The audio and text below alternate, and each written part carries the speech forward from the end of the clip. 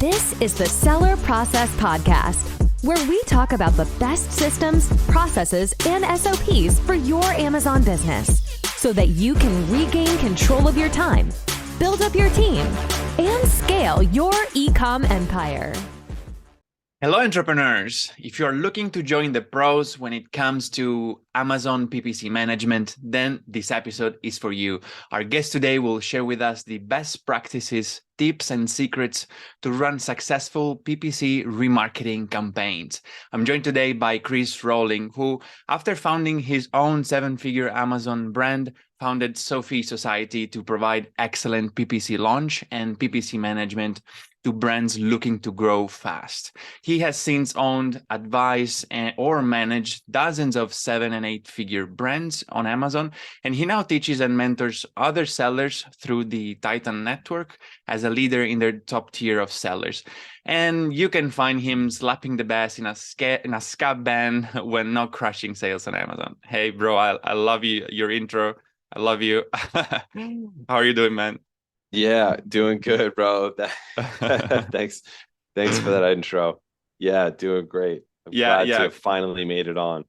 Cool. Exactly. Yeah, we were trying to make this for a while, and just a fun fact for you guys listening. Chris and I know each other for several years. We met the first time in Shanghai. Because both of our companies were part of an accelerator program called China Accelerator.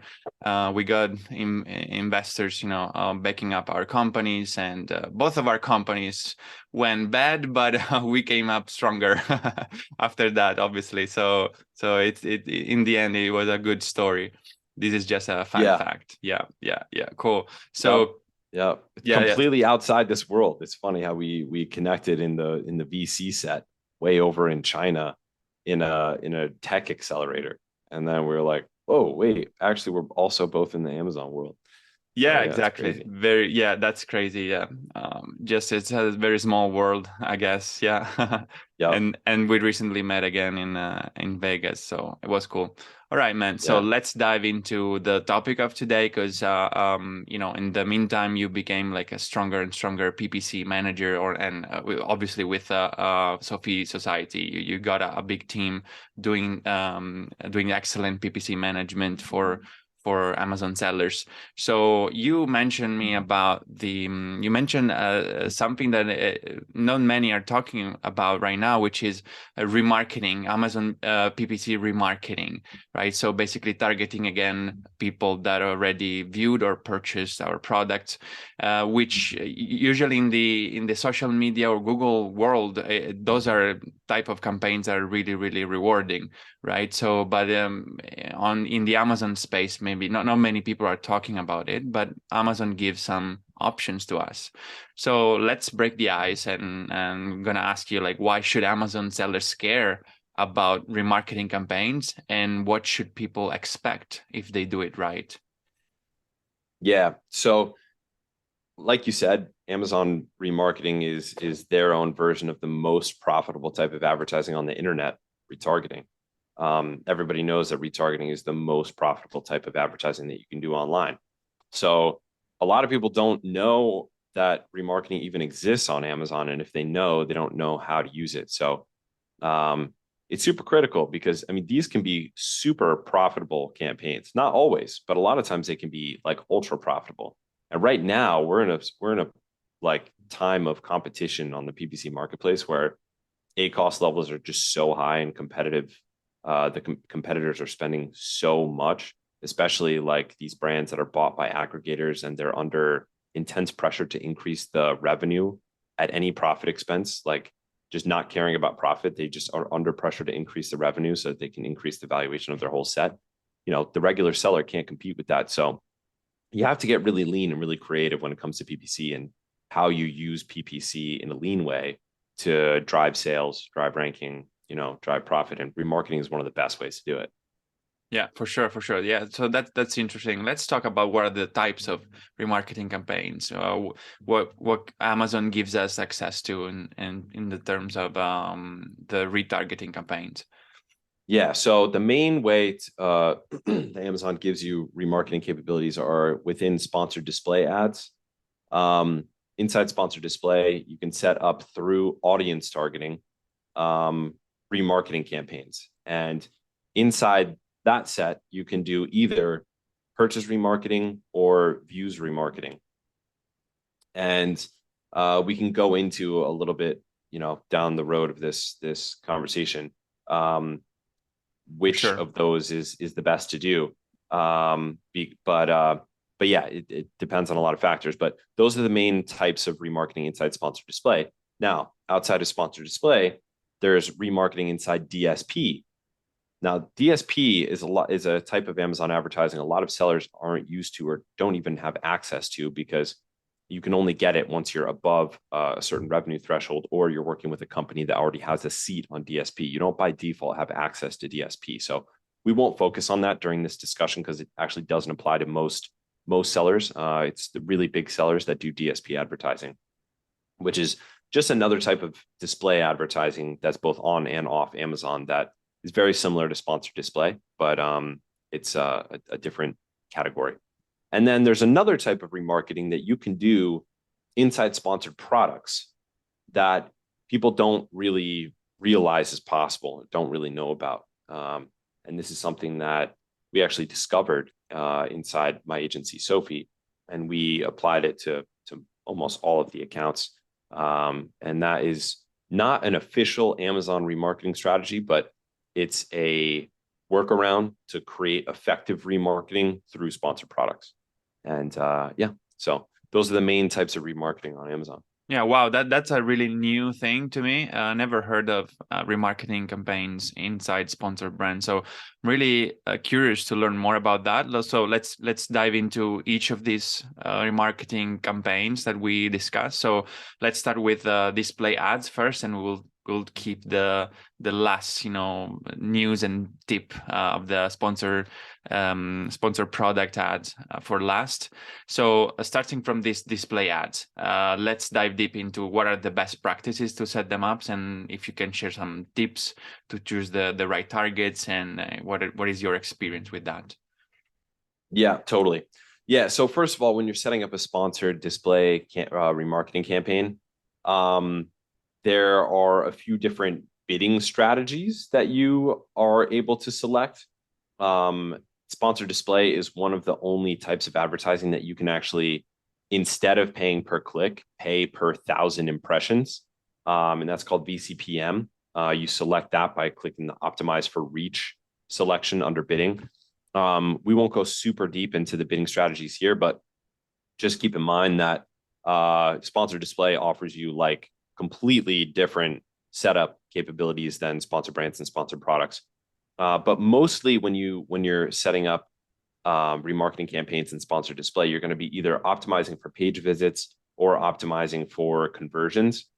Those are the two main setups. And if you're just starting out, I would select optimize for conversions. And then you're going to select either an image campaign or a video campaign inside your campaign setup on Amazon Seller Central. And then you select audience targeting. So audience targeting is the type of targeting that allows you to put together a remarketing campaign. And then you have to decide whether you're doing views remarketing or purchase remarketing. So views remarketing means anybody that visits your listing will start seeing your ad after they visit your listing. Purchase remarketing means anybody that purchases your product will start seeing your ad after the product is purchased. So obviously, the set of total shoppers who view your listing is much greater in number than the set of total shoppers who have purchased your listing. Say you have a conversion rate of 10%. That means that I'm going to have 10 times more, 10 times bigger audience of people who saw my listing than people who purchased my listing, right? Because only 1 out of every 10 sees it. If I have 10,000 visitors to my listing in a month and 1,000 purchases, then that means I can remarket to 1,000 people through purchase remarketing or 10,000 people through views remarketing. So that's something to keep in mind. Now, to determine which one to do, one of the main things is how consumable is the product. Pretty much every product is consumable to a certain degree because things wear out, unless it lasts literally a lifetime, like more than 50 years, it's going to wear out at some point, and people need to buy a new one at some point. Even things that are not viewed as consumable are consumable over a long enough time span. So the real determining factor is how consumable is it? Like, how often do people repurchase this product? And one of the main ways to find that out is you can go into brand analytics, and you can actually look at repeat purchase behavior now inside brand analytics, inside Seller Central. So that will give you some idea of what percentage of your purchases are repeat purchases. If you have a high repeat purchase rate, purchase remarketing is great. That's like an obvious win because people tend to buy your product again anyway. So getting in front of them just makes it easier to do that. You're going to get really lean sales, really low ACoS sales if you have a high repeat purchase rate and you put in place purchase remarketing campaigns. So that's kind of like the lowest hanging fruit. Let me ask you about the purchasing, the purchase targeting. So can we use it also to upsell other products, or it must be, the same products? Amazon only targets people who bought that product in order to resell the same products again. Or can we, for example, for those who bought, I don't know, like a shower filter, then we can sell them the replacement, the replacement filters of that in the future. Is that possible? Yeah. So the two types of dynamic segments that Amazon allows you to remarket are the advertised products themselves. So the same products that you're setting up the campaign for, or what they call products that are related to those products. So you can do you can advertise other products, but Amazon determines that how those are shown. So you can do both. It's just that that Amazon kind of presets those dynamic segments. Okay, got it. Yeah, it could be interesting. Yeah, if somebody has two products that are complementary and something that it's an upsell, it could be interesting to use, obviously, to retarget people who already bought one product and try to sell them the upsell, for example. That's an interesting thing. Okay, cool. So this is for purchase. You can also do the reverse of that too, where you are targeting people who bought a complementary product that's not even your own. So you can do remarketing to not your products, to someone else's products. But the thing is, you have to do it either through Amazon's dynamic segments or by selecting a subcategory, not by ASIN, because that's the nature of Amazon's audience targeting feature, is that it's not product targeting. It's these, what Amazon calls audiences. Yeah. Okay. So, got it. Yeah, that's interesting. The answer is yes. Essentially, you just it's all in how you set it up. Yeah. Okay. Cool. So let's continue where we're left off. So this is the repurchase campaigns. Then how about the targeting, the views targeting? Yeah. So the views is great because this is basically allows you to hit people who visited the listing but they never bought, which is going to be a majority of the people in almost every case, unless your conversion rate is over 50%. A majority of the people that visit your listing didn't buy it, but they're much more likely to buy it once they've seen it once. This is the whole ethos of 5 touch points. I can't remember what famous marketing book this is from, but the concept is a shopper has to see your brand or experience your brand 5 different times to be subconsciously comfortable with it or trusted enough to purchase it.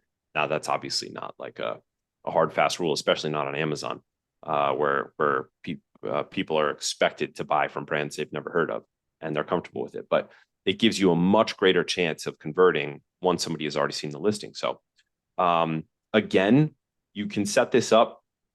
I think any brand that has a good quality listing and has significant conversion should be setting up a remarketing campaign, something like this.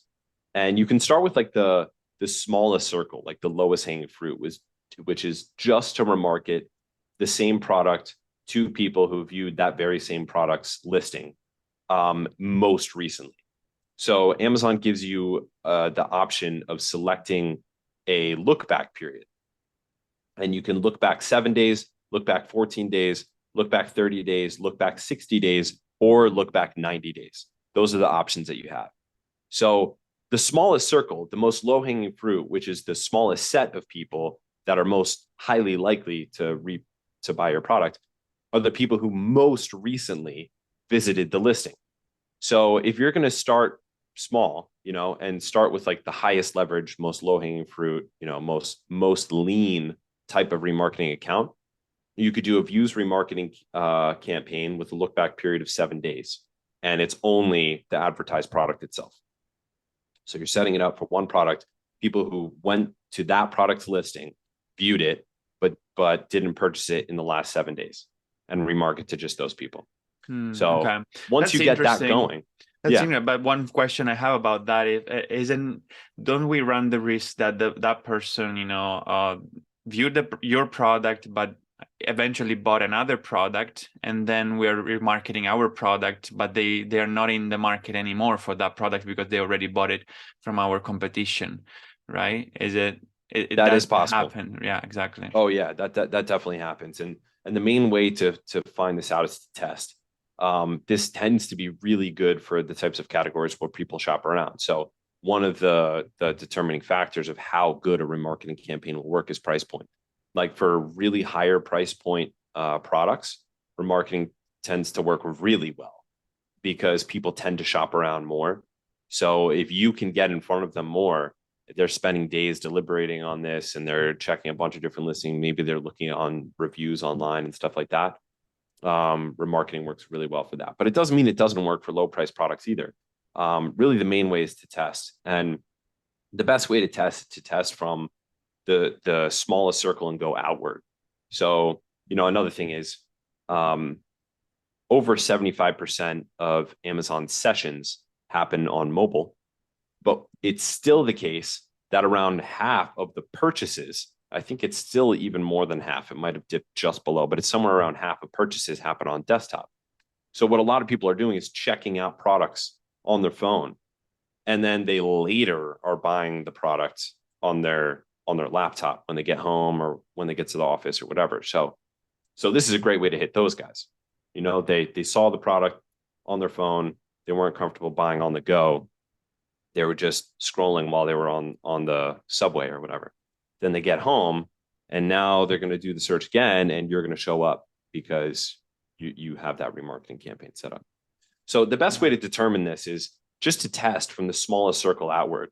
You don't have much to lose by just setting a views remarketing campaign with a 7-day look back, because it's not that many customers that you're even marketing to. You're not going to lose like thousands of dollars on this campaign because it's a pretty small subset of the total shoppers on Amazon.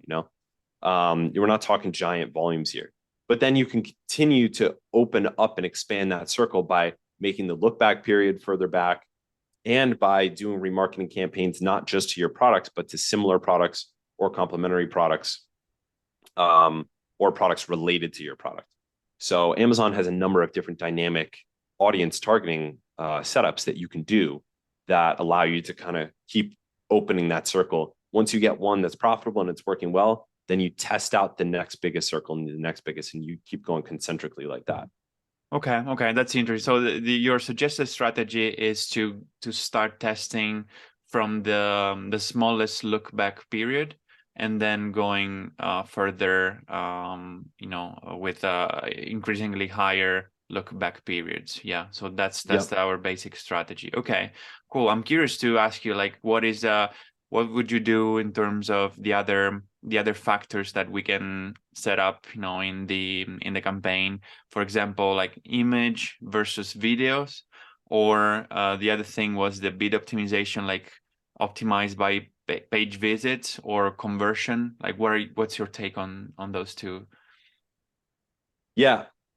So I would the like blunt answer to this is that it definitely has to be tested. Because if you have great video assets, video is an amazing way to go, and it can convert really well. But that's typically if you have like a really catchy video that does an amazing job speaking to the X factors and the use cases of the product. that's a whole like episode in and of itself that we could do, because we actually have produced, we don't do this anymore, but we produced videos for sellers for both advertising and listings for a long time before we moved our focus over to advertising side of things.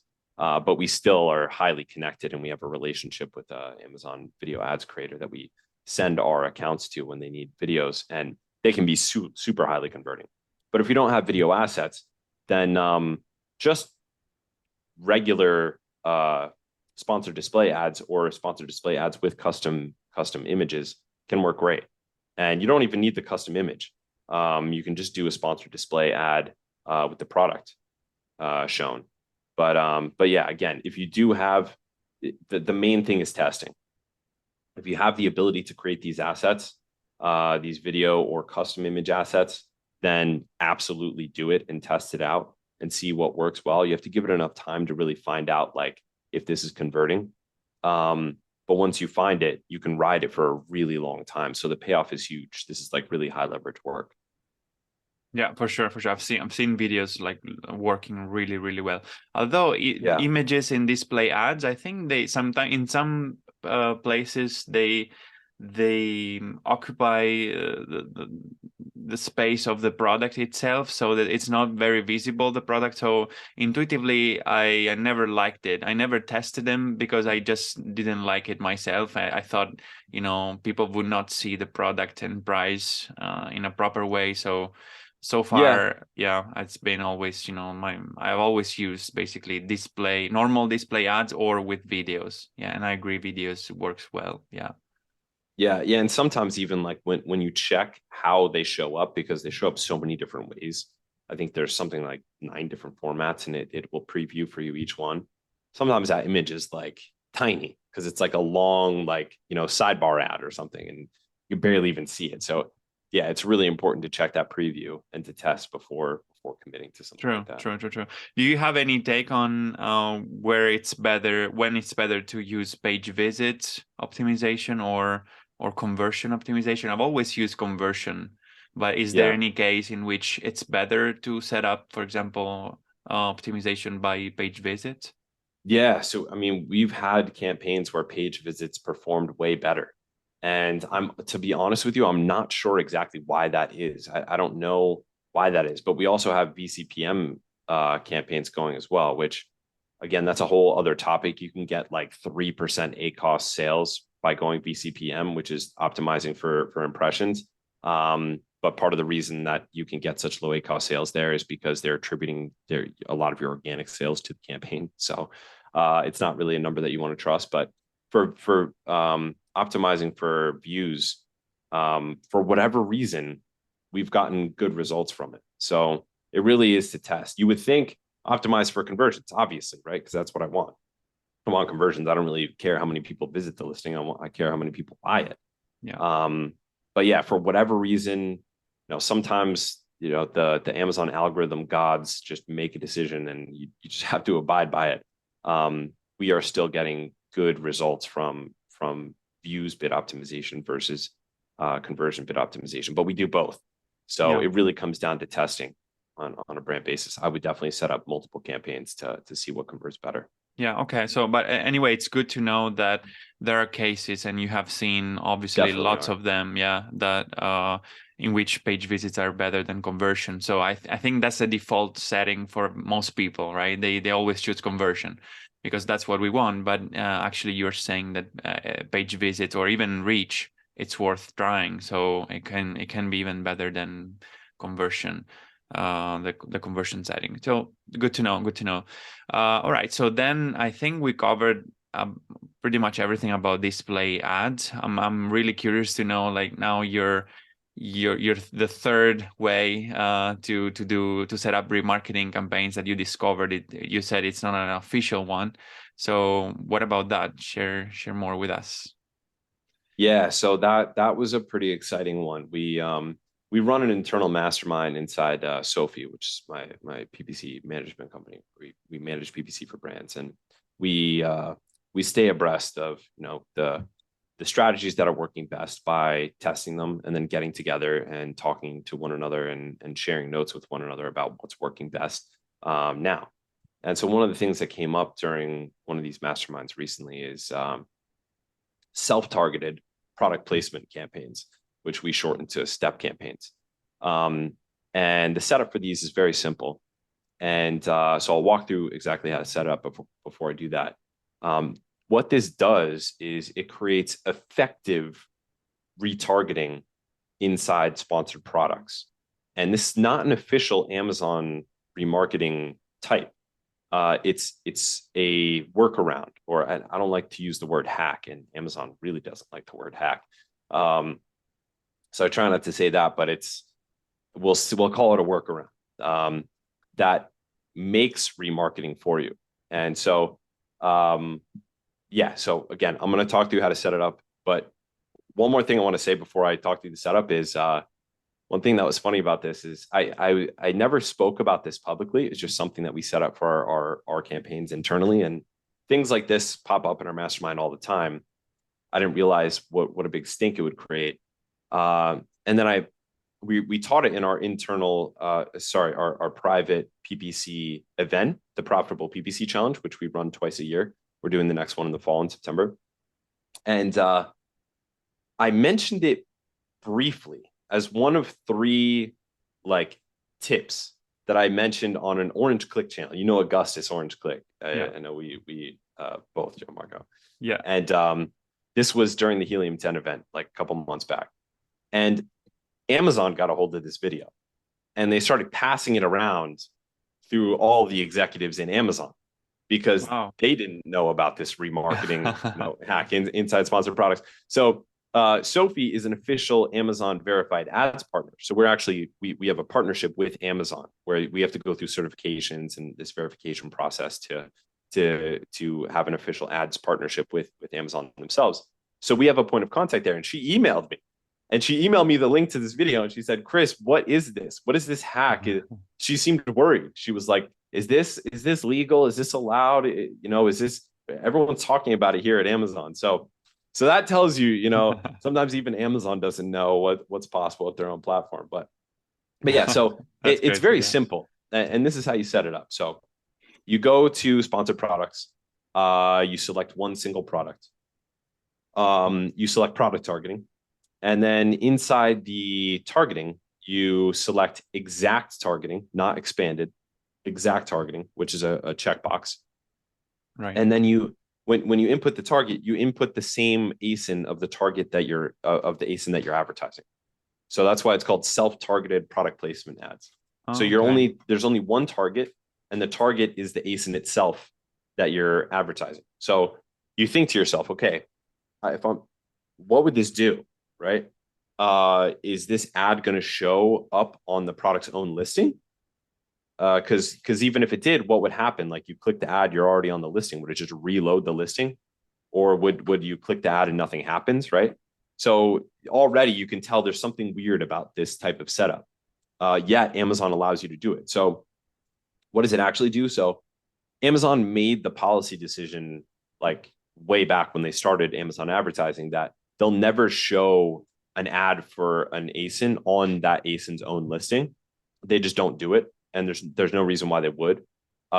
We would probably still do it anyway because it would take up a spot, right? But Amazon just doesn't do it. So, but yet they let you set up a campaign where you target only the same ASIN that you're advertising. So what happens? So what happens is this: when somebody searches for your primary keyword, say you're selling hand blenders, and people search hand blenders.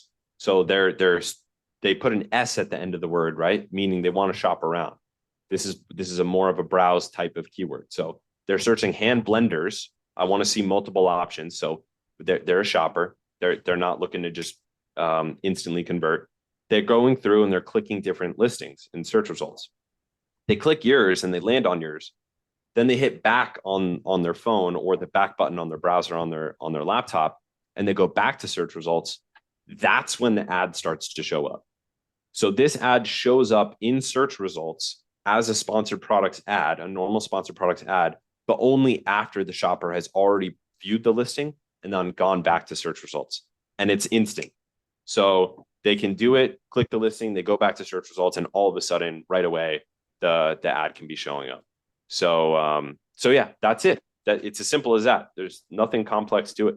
Yeah, that's very interesting. But how did you verify that? I'm wondering that people must first visit your listing in order to be targeted for that ad. Isn't like everybody who's typing that keyword should be shown like your ad? Not in our experience. Now, I can't say this with 100%. I'm just saying based on our experience and our testing, we were trying to figure out what was good because we set up these campaigns, right? The initial way this was discovered is we set up these campaigns and they were getting a low volume of super high profit sales. So the first one that we set up was getting, I think, like 6.5% ACoS, but it was very low volume, but it was consistent. It was like every day it was just getting sales and they were average 6.5% ACoS. I mean, since then we've set up many dozens of these and they don't all get 6%, but they tend to be very lean, very low cost, high profit sales. And so the way we discovered it was we just saw that this campaign was doing really, really well. And it was a self-targeted product placement ad. And so we thought, why is this so lean? What's happening here? So we just started testing it from a shopper's perspective. And that's when we discovered that this was basically essentially working as retargeting. Is it showing up other places? Maybe. It might be. I'm not sure, but that's what it seems to be based on our testing. Like we were testing this as a shopper. Like, okay, so as a shopper, I go in incognito, not signed in on Amazon, and I search this word, and then I go to the listing, I go back, suddenly the ad's showing up. And that's very cool. Yeah, that's super interesting. Yeah, that was great that you guys discovered this. It's a great hack, not a hack, but a workaround to get to retarget people who already visited your listing, and doing that with a sponsor ad, which usually it converts much better than a display ad, at least in most cases. Like a top of search usually converts better than display. Yeah. That's very cool. That's very cool. So, guys, to let you know, like every time in this podcast, you will always find complementary material, something that our guests share with us. So this time, Chris is sharing with us the PPC Tree of Potential. Right, so maybe you are better. You can better explain what that is, but you guys will find the links to this into the show notes or in the description of the YouTube video. What do they get, Chris? Yeah, so this is our PPC Tree of Potential. This is something that we use as an internal tool just to route the different recipes that we use for PPC. So what it is a visual map of all possible PPC campaign configurations. So you see sponsored products, sponsored brands, and sponsored display. And you see visually in a wireframe map every different way to set every option and every way to set up the campaign. That includes the type of targeting, the type of bidding, all of the inputs, everything relating to the campaign setup. And you see it all at once. So for people that are very overwhelmed by PPC, or it just seems like this like unknown thing that's just too big to understand, or maybe you've only done auto campaigns or you've only done single targeted exact match sponsored products campaigns, this can be very liberating. Viewing this allows you to see it all in one view. And there's nothing that you can do in Amazon advertising that's not represented in this map, yet you can see the whole thing in just one view. All at once. Yeah. So even though it sounds like, oh, that's overwhelming, and it kind of looks overwhelming when you first look at it, it actually is very liberating because you can look at it and be like, oh, actually, that's not so bad. I can see it all. It's all right here. It's all in front of me. It's like if you were trying to explore like a foreign land, you didn't have a map.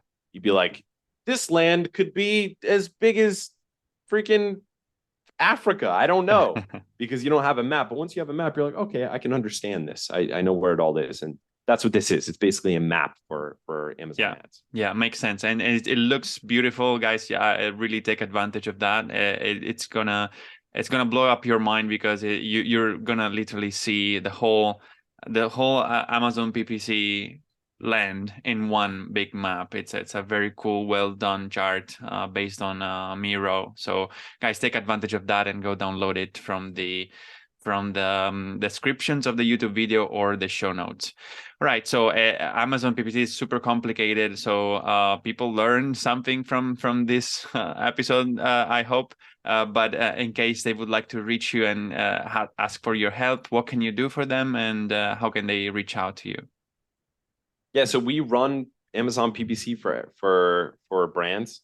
In the future, we're probably going to a period in which we're not going to be running it so much for external brands, but only internal brands. But for now, we are still accepting partnership applications for brands that want to partner with us to run their PPC for them. So if it's something you want to offload, it's also like we have the economics of scale. So from a cost-based perspective, it's way more cost efficient than like hiring a full-time person to manage your ads. So yeah, so that's what we do.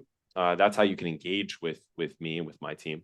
And if you want to contact me, you can do that at hello@sophiesociety.com. That's hello@SOPHIE society.com. And or you can hit me up on Instagram. I have a public account. I'm a real person, and that's Hippie Mogul. So that's my tag, Hippie Mogul, easy to find. And yeah, that's basically it. Awesome. Yeah, thank you, Chris. Remarketing campaigns on Amazon are really an exciting thing, a new thing for most people to try. So yeah, thank you again for sharing that. It was very interesting. I'm sure we'll have more chats in this podcast as well. Totally. Yeah, I hope so. I love it. Yeah. Thank you again, Chris. So guys, remember that the key to success is to emulate the best. So take home what Chris just shared with us, set up your first remarketing campaign and go crush it on Amazon. I hope you guys had learned something. I wish you guys have a productive week, and I'll see you in the next episode. Bye. Hey, entrepreneurs, I hope you enjoyed the episode and learned something from the interview. If you're serious about creating systems for your business, automating processes and building up your team so that you can transfer the tedious daily tasks in order to focus on more high-level strategic tasks and work on your business and not in your business, I've created a guide for Amazon sellers named Capturing Systems and Creating SOPs that you can find at thesellerprocess.com/systems ebook, where you will learn how to leverage systems and SOPs in your Amazon business so that you can accomplish more by working less, optimize your time, automate and delegate tasks, and reap the benefits of being a true business owner and not simply an operator in your own business. Go download the ebook at thesellerprocess.com/systems ebook and start implementing all the tips and insights that I share with you. And leave us a review or a comment to let us know how the content we are sharing here is making an impact in your business. And have a productive week.